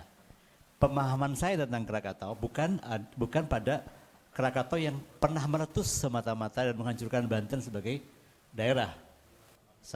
Tapi justru karena dia pernah meletus begitu dahsyat, dia sekarang saatnya dikapitalisasi sebagai tempat tawafnya kapal-kapal besar. Gitu kalau ngomong orang Banten pakai tawaf, gitu kan. Jadi mungkin kita bikin misalnya secara ekonomis kan kita belum tahu nih kalau kita bikin sailing program yang mengitari Krakatau, berapa kapal dunia yang bisa dibawa ke situ? Kapal layar dan kapal wisata misalnya, yacht, kemudian cruise, kemudian sailing ships yang lain. Ini kan cuma tinggal sepakat nggak Departemen Pariwisata, Provinsi Banten dan Lampung sepakat kan, bikin panitia bersama. Dideklar di rumah di sini misalnya oleh Pak Ismail ya, punten ya. Dideklar di sini kan, kita akan siapkan misalnya Krakatau World Sailing 2024, wah gitu kan, peserta World West Sailing, cruise, yacht. Kemudian kita bayangin berapa kira-kira kapal yang akan bayar docking. Docking nih bukan kanal fee, nanti saya jawab ya. Berapa wisatawan yang akan membutuhkan hotel? Karena dia mesti nginep dong bawa kapalnya. Berapa terminal sandar yang mesti bayar untuk penyewaannya? Karena dia pasti tidak sehari ya, at least dia butuh 2 bulan. Sementara dia datang mengenal. Ini satu pilihan, bahwa sumber daya yang pernah meletus itu adalah sumber daya yang dikenal dunia. Jadi kalau kita put Krakatau in the mindset of world tourism, dia akan bilang, oh yang pernah meletus 1883, sekarang seperti apa? Kan gitu kan? Kalau ahli narasi dan storytelling bilang, you lihat sendiri aja. Gitu kan. Caranya gimana? Kita bikin word ya sailing Krakatau. Apa yang akan terjadi? Uang akan mengalir di sekitar Krakatau, Banten dan Jakarta plus dengan Lampung. Jadi nggak usah bicara kepemilikan, yang penting pemanfaatan. Nah gitu kan. Nggak usah maju, yang penting bahagia kata Pak Ucu kan gitu kan. Jadi sebetulnya mengkapitalisasi sebuah sejarah itu adalah cara berpikir ekonomi, Mas. Menurut saya itu bukan tidak mungkin, cuma siapa yang mau ngelakuin? Tentu pemimpin yang punya imajinasi. Nah, gitu kan? Bukan cuma punya knowledge. Look at the vision. Tapi yang penting lagi, imajinasi dia tentang Krakatau ternyata berbeda dengan yang lain. Dia bisa wujudkan itu. Gampang, bikin komite saja kita sepakat. Betul nggak, Pak Kiai, Pak Ustadz? Gitu kan, Lord. Nah, bicara sama Menteri Pariwisata, bicara sama Menteri Perhubungan, bahwa Banten ingin mengkapitalisasi Krakatau menjadi pusat tawafnya kapal-kapal pariwisata dunia. Krakatau World Sailing Program 2024. Ketika yang lain mikirin kampanye, kita mikirin bagaimana bikin ekonomi Banten maju. Misalnya, saya contohin karena si Akang tadi nanya, kira-kira gimana bentuknya gitu ya. Terus dia tur misalnya ke Ujung Kulon. Jadi pariwisatanya bukan cuma kelilingin Krakatau. Ada kapal-kapal pesiar lagi bawa dia ke Ujung Kulon. Lihat apa? Badak. Yang di darat bawa sama Kiwiten, bawa ke Baduy, Kiwiten kaya, turis bahagia. Orang bahagia semua kan? Bisnis lagi kan? Jadi saya mau belajar dari beliau nih. Kalau bisnis itu kan sebetulnya rule-nya nomor 1 adalah create need and fulfill it. Jadi doktrin pertama bisnis adalah ciptakan kebutuhan, penuhi itu. Nggak ada yang lain. Nah kemudian kalau jadi tadi mendapatkan dari satu event, dapat tuh Tanjung Lesung, dapat tuh Krakatau, dapat tuh Baduy, dapat tuh Banten Lama. Maka seluruh peserta dunia itu ada yang bawa ke Banten Lama, ada karis yang ada souvenir, ada food, ada beverage, ada hotel tourism. Jadi one moment itu yang meng-create multiplier effect. Maka itu tidak membutuhkan infrastruktur lain. Gunungnya sudah ada, lautnya sudah ada, Banten Lamanya sudah ada, Baduynya sudah ada, Tanjung Lesungnya sudah ada, Badaknya sudah ada. Yang nggak ada ide dan imajinasinya. Manajemennya. Trust me. Gitu kan. Tapi kan pemilihan umum masih lama ya Mas ya. Oke. Tapi kita bikin idenya dulu lah. Siapa yang mimpin monggo. Tapi saya sebagai orang yang lama main di laut, saya selalu bilang saya ini orang tempat basah. Saya 20 tahun banker, tempat basah kata orang.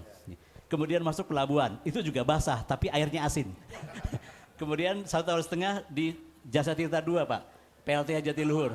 Itu air sungai dan air tawar, PLT 1,5 tahun saya di sana. Salah satu event yang saya bikin adalah Citarum Harum. Kalau pernah dengar, Google saja Citarum Harum, nama saya muncul. Google saja Jatiluhur International Festival, nama saya muncul. Jadi saya pernah bikin festival internasional jazz Jatiluhur. Dunia, dan 2 malam ribuan orang datang melihat Waduk Jatiluhur. Kalau nggak percaya Google. First International Jatiluhur Festival. Maka nama saya akan muncul dengan pidato-pidato saya di situ. Dan ribuan orang datang. Kalau saya membayangkan Krakatau Sailing Project, lebih banyak lagi orang datang. Jadi kita bicara sama Ibu Mega ya. Oke. Jadi contoh kan, karena Bapak ingin contoh yang lebih konkret. So this is about manajemen dan imajinasi. Nah karena itu mudah-mudahan dua-duanya terjawab. Tapi yang saya ingin jelaskan sebenarnya bukan itu saja. Yang Pak Lord tadi menarik. Jadi belajar dari kanal, ini bahasa saya menyebut ya, ada namanya selat, dalam bahasa maritim dunia itu kanal ya. Jadi ada Panama Channel ya, Panama, ada juga Suez Canal. Jadi ada canal fee, ada docking fee. Nah yang dipungut sekarang di pelabuhan-pelabuhan mostly itu docking fee dan parking fee. Plus penyewaan terminal-terminal pelabuhan. Jadi yang beliau sampaikan sebenarnya ya ada potensi di situ. Belajar saja dari kanal Panama atau terusan Panama, belajar saja terusan Suez, bagaimana fee atas managing kanal itu dikelola. Saya nggak mau jawab ya dan tidaknya pernyataan beliau karena saya orang dalam hal ini kan gitu kan. Jadi saya harus kasih tahu impiannya. Kalau dalam praktek kanal fee pernah ada di Suez dan pernah ada di Panama, bahkan di sekitar Malaka karena ada ada Temasek di sana yang juga sumber pendapatan dari kanal. Beliau tadi menyebutnya Singapura, saya menyebutnya Temasek. Temasek itu kerajaan Majapahit lama di sana yang jadi kemudian Singapura, sehingga sovereign wealth fund-nya Singapura itu namanya Temasek Holding.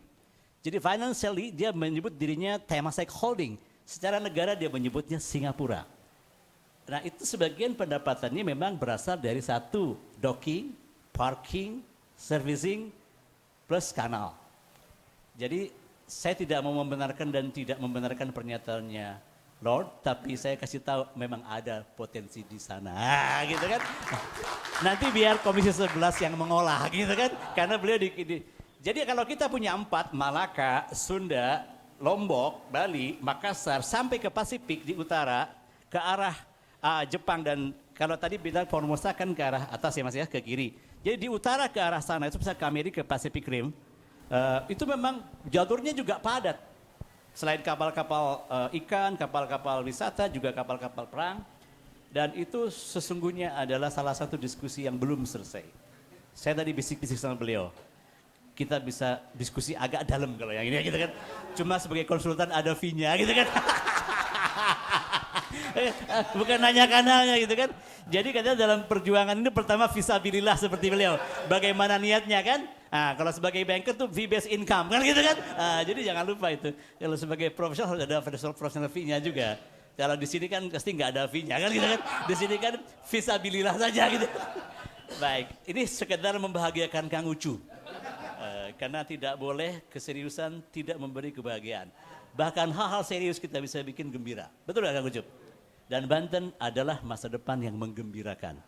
Kalau pemimpinnya sesuai dengan kriteria yang saya set tadi. Prakteknya ada di beliau. Terima kasih. Mohon maaf kalau kurang, karena jamnya jam istirahat ya. Tusun. Ini dahsyat. Tepuk tangan lagi dong buat Kang Uun. Ini aku lihat sih Pak Marinus nih mikir-mikir, oh ada juga ya tokoh-tokoh Banten yang punya visioner seperti itu. Jangan-jangan nih harus dirubah nih cara berpikir politik, partai politik nih. Jangan orang partai mulu gitu kan. Nah ini ada profesional juga yang layak menjadi gubernur. Layak jadi gubernur. Udah ada 2 nih, Lord sama jadi gubernur. Tinggal uji nanti nih. Kita tes nih, Pak Marinus bisa jadi gubernur nggak?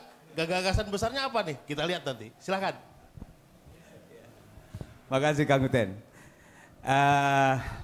Tadi Kang Ucu ya, ini soal keuntungan Banten sebagai penyangga ibu kota. Lah itu bagaimana kalau ibu kotanya pergi kan begitu ya. Kang Ucu, ini sebenarnya cita-cita kita tidak akan pupus ketika ibu kota itu akan pindah. Karena segala sesuatu yang sudah ada sekarang itu tidak akan dibawa juga ke sana. Tapi kita akan menciptakan kota baru ya di IKN ya untuk merangkai kemajuan yang berbeda dengan apa yang sudah kita capai sekarang. Nah, kalau nanti andai semua pemerintah pindah ke IKN gitu ya. Lalu bagaimana dengan Jakarta? Kalau sekarang kalau kita melihat bahwa kota Jakarta itu tidak hanya sekedar menjadi ibu kota atau kota pemerintahan, tapi itu sudah menjadi kota bisnis gitu ya.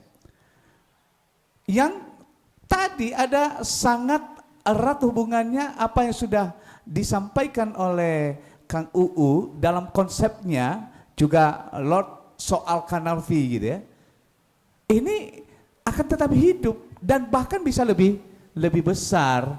Kenapa? Kalau sekarang dengan kondisi keberadaan ibu kota di tengah-tengah kota bisnis, itu ada batasan-batasan. Bisa nggak nanti setelah IKN-nya berpindah jauh lebih baik lagi? Oh pasti lebih ini. Kalau di China itu kan ada kota Shanghai, ada kota Guangzhou ya yang hebat-hebat. Why not kota Jakarta bisa nggak? Banten bisa akan menjadi lebih baik juga dengan munculnya itu. Jadi saya kira kita tidak perlu khawatir Kang Ucu. Tapi setidaknya saya akan bahagia hari ini karena Kang Ucu sudah bahagia gitu. Apalagi dengan hadirnya Lord Rangga ya ya yang selalu ya mudah-mudahan nanti Sultan TV akan merancang khusus bagaimana Lord Rangga memberikan kebahagiaan untuk rakyat Banten ya, gitu. Nah, ini tadi saya lihat sudah diperingatkan soal waktu, jadi saya langsung to the point. Soal gagasan besar bagaimana kita menjadi sebuah provinsi yang lebih maju ya, bagaimana mencari pemimpin yang benar-benar bisa mengendalikan potensi-potensi yang ada di Banten. Konsepnya tadi kan sudah ada, potensinya sudah diungkap oleh Kang Uu ya, salah satu tokoh Banten yang mulai hari ini menurut saya juga punya kewajiban untuk memperkenalkan Kang Uu sebagai tokoh Banten yang visioner ya begitu. Nah, kalau kita bicara soal konsep tadi, potensi ini dan itu semua sudah sangat bagus sekali. Kang Uu tadi sudah bilang perlu juga manajer yang mumpuni, yang mampu mengeksekusi semua konsep ini tadi. Dan siapa itu? Negara itu adalah kesepakatan, Pak Medi. Pak Medi ya. Negara itu adalah kesepakatan. Semua aturan dan regulasi yang ada itu adalah kesepakatan. Dan kita sudah sepakati, termasuk mekanisme sistem yang harus kita lalui untuk mencari seorang manajer yang baik tadi, pemimpin yang baik tadi untuk mengeksekusi itu. Bagaimana mengimplementasikannya?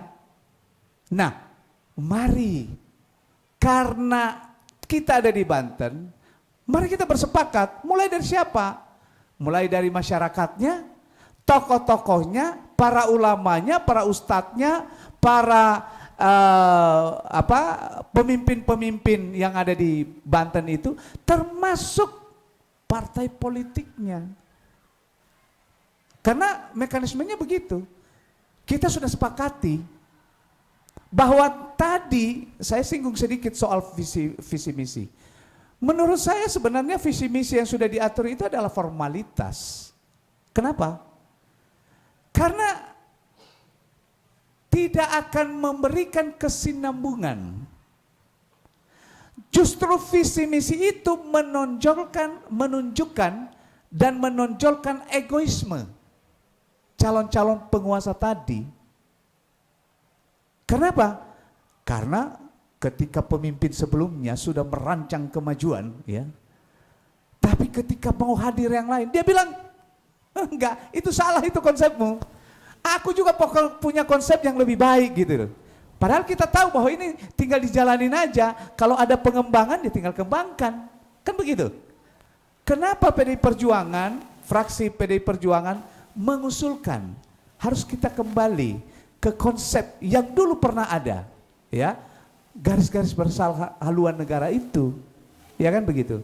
Kita bangkitkan kembali supaya konsep visi misi yang akan dibawa oleh para pemimpin-pemimpin tadi ini, yang di daerah-daerah itu searah, tidak selalu bertolak belakang dan tarik ke belakang, ya kan begitu ya. DKI berubah, pemimpinnya, visi misinya juga berubah. Hasilnya juga berubah. Banten berubah, visi misi pemimpinnya juga berubah, perubahan pembangunannya juga berubah. Ada yang terlalu menggebu-gebu, tapi hanya sebatas itu. Ada juga yang santai, takut diomongin sama masyarakat, takut diomongin sama LSM, takut diomongin sama ini orang-orang partai, sehingga dia kaku untuk melakukan tugasnya dengan baik. Apa yang terjadi? Juga tidak gerak. Potensi yang tadi itu jadi terkubur. Kan itu persoalan. Ini jadi persoalan. Tidak taktis, ya. Ada juga yang sangat taktis, tapi semua untuk mengembalikan, memulihkan kekuasaan, memulihkan semua sumber daya yang sudah ada untuk dikembalikan ke tempatnya kembali, gitu ya. ROI, Return of Investment. Artinya dalam proses menjadi pemimpin itu tidak menjadi pemimpin yang ideal, tapi menjadi pemimpin yang memiliki kekuasaan, yang punya orientasi bisnis. Kalau ROI tadi kan bisnis, ya kan begitu ya. Saya harus kembalikan dong investasi saya. Lalu investasi ini cukup gak dengan break even point yang sudah pernah saya berikan? Nggak bisa, saya harus menambah sedikit. Supaya apa? Ada kesinambungan perolehan kekuasaan berikutnya. Ini persoalan. Nah, bagaimana untuk mencari pemimpin sekarang? Mari duduk bersama, kita sepakat bersama. Siapa yang menginisiasi? Kita. Bisa nggak Sultan TV menginisiasi untuk pengambilan keputusan, pengambilan kesepakatan itu? Bisa. Siapa yang utama? Ya, masyarakat Bantennya, tokoh-tokohnya, ulama-ulamanya, ya kan begitu ya. Semua tadi kita sudah ungkap ada, dan mekanismenya melalui partai politik. Kenapa di partai politik? Karena semua tadi komponen masyarakat itu ada di sana. Mari kita duduk bersama. Pasti kita akan bisa menyepakati supaya pemimpin yang kita tampilkan itu adalah pemimpin yang bisa menakodai dan mengendalikan semua potensi-potensi tadi bisa berhasil dengan baik. Saya yakin Banten akan lebih jaya. Luar biasa, Pak Marinus ya. Sudah 3 narasumber muda, ini muda semua ini, hebat nih. Tinggal yang tua nih, tar dulu, sabar dulu. Jadi Pak Lord ini di medsos dikenal bukan hanya dicanangkan calon gubernur di Jawa juga ya, di Banten juga, tapi juga dia ranking ke-8 calon presiden di bawah Mardigu ya. Hah? Sekarang ranking ke-3 bro. Bisa tumbang nih Anies sama Ganjar nih sama dia nih. 75%, ngeri nih. Nah ini Pak Marinus luar biasa gagasannya, Pak Kang Uu juga luar biasa. Nah kita akan tanya sebagai orang tua Pak Soleh ini, siapa nih anak-anak muda ini yang layak jadi gubernur? Kata Pak Soleh, sialan gua nyesel anak gua gak diundang. Silakan Pak Soleh. Saya pikir betul itu kata Pak Uten terakhir. Nah, saya jadi minder ini. Padahal tadinya saya sama dengan mereka cara berpikir. Tapi ketika disebut paling tua katanya jadi minder. Saya kira begini, tadi Pak bawa visi misi. Kalau zaman dulu ingat nggak kita repelita jam Pak Harto. Itu pembangunan itu berkesinambungan. Nggak ada lur ganti lagi. Cuman cara pelaksanaannya itu berganti-ganti. Metode pelaksanaannya berganti-ganti, bergantung daripada cara berpikir daripada pemimpin pada saat itu. Tapi tujuannya, orientasinya sama. Ingin mencapai ini. Saya kira paling ideal, makanya saya katakan tadi bahwa visi itu kita cari calon-calon pemimpin di Banten ini yang mengerti tentang seluk-beluk Banten, tentang sejarah Banten, histori Banten, kejayaan Banten. Bagaimana cara dia mengetahui itu, akan berpikir dia dengan otomatis imajinasinya ingin mengembalikan kejayaan Banten lebih lagi. Itu yang dimaksud dengan visi. Jadi kalau barangkali nanti Pak Marinus barangkali bisa mengusulkan pada saatnya nanti kita bagaimana kita menyatukan persepsi untuk menyusun program rencana pembangunan 25 tahun walaupun bukan seperti kata Pak Harto waktu itu. Berbeda, Cak. Tapi yang jelas visi itu satu. Tujuannya satu. Jadi nggak berubah-ubah. Setiap ada pemimpin yang baru berubah lagi. Ada pemimpin baru berubah lagi. Dan Kang Uu, bahwa KPU itu tidak punya kapasitas untuk menyeleksi tentang visi misi. Ya, yang punya kapasitas untuk menyeleksi tentang visi misi itu adalah masyarakat, warga pemilih. Inilah yang perlu kita berikan pencerahan kepada warga. Semua kita punya kewajiban, apalagi kita sebagai orang politik, penggerak-penggerak, LSM dan lain sebagainya, punya kewajiban untuk menjelaskan kepada masyarakat bahwa ini loh, Banten ini kita potensinya ini, kita lihat sejarahnya ini seperti Kang Uu tadi bilang. Makanya kesimpulan kalau saya dapat simpulkan hari ini dari perjalanan ini tadi, memang pantas untuk mereka berdua menjadi calon gubernur. Karena mereka menguasai menguasai visi misi, apalagi Lord Rangga, menguasai sejarah, menguasai historis, dan mereka terijminasi apa majunya Banten ini nanti ke depan. Kita cocok. Seperti inilah yang harus kita pilih calon pemimpin-pemimpin di Banten yang akan datang. Jadi itulah saya kira penutup. Selamat Kang U, selamat Pak Barinus dan Lord. Berjuang terus, kita akan dukung dari belakang. Ya. Terima kasih. Wassalamualaikum warahmatullahi wabarakatuh. Waalaikumsalam. Saudara-saudara sekalian, berakhir sudah dialog yang luar biasa dinamis ini. Banten adalah daerah yang sangat kaya dengan sejarah, dengan nilai-nilai budaya, dengan sumber daya alam. Karena itu dibutuhkan seorang pemimpin yang cerdas, punya imajinasi yang tinggi, dan imajinasi itu harus memiliki kesinambungan dengan kebutuhan dan keinginan rakyat. Terima kasih, saya Uten Sutedi mengucapkan terima kasih untuk semua peserta yang hadir di sini, dan sampai jumpa di dialog dan Kick Tangsel berikutnya. Assalamualaikum warahmatullahi wabarakatuh.